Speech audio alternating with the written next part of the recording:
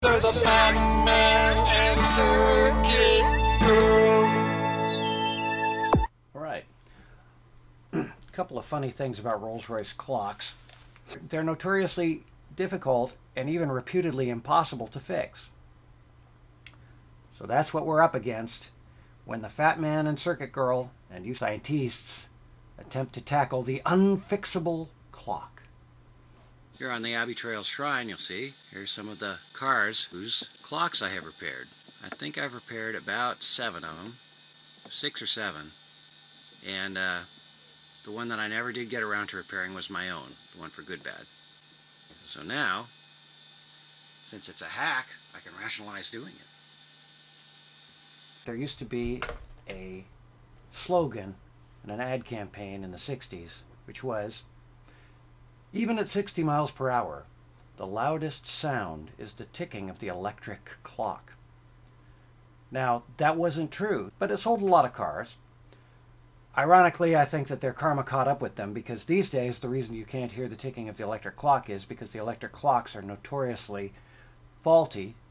They don't break, they merely fail to proceed, which is Rolls-Royce owner's code for they break. This is Good Bad's clock. And she's running off a little power supply. Now this is a pretty typical clock, and what you can see here is that there's that little circle that goes back and forth, that's the pendulum, and it keeps ticking that little contact point.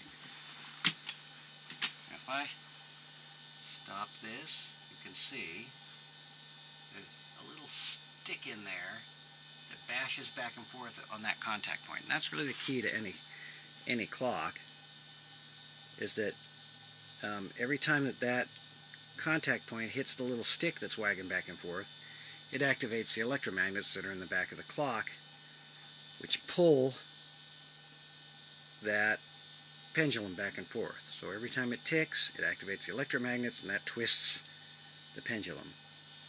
So most of the time what goes wrong is just the contacts are dirty, so you got to clean those, or the timing isn't quite right, so you fiddle with the timing, you kind of force that little stick back and forth or in and out and get it so that it touches but not too much.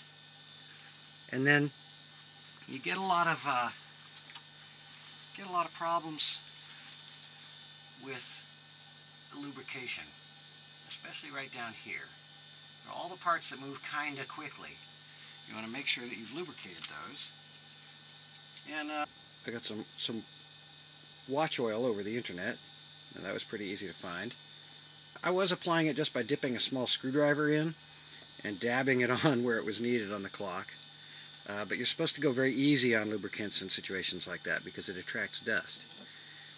And what I found really put this clock over the edge was a little spritz of contact cleaner. It just needed to be able to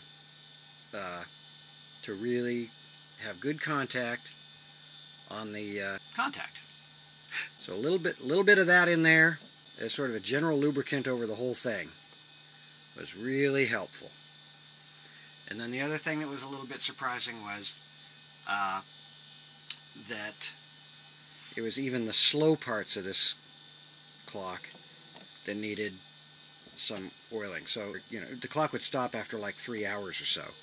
So what I found was that I needed to apply lubricant in some of the places that I don't usually have to, like right in there.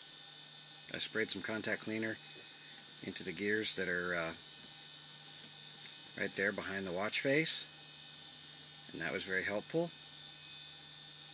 I sprayed some contact cleaner into that spot right there where the flicker hits the little ticker. I put some on this timing gear, and there's a little worm drive that gear touches, and that really needed it. Once I oiled that, the thing really took off. So that's the story of that clock.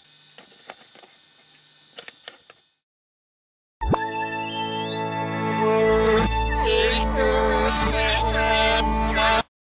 you could call the company that sells used Rolls-Royce parts, and you can ask them for a clock for a 1958 Silver Cloud. They would say, yeah, we've got one, $700. And then he'd say, you didn't want one that works, did you? Because I'm not sure, I don't think I could get one.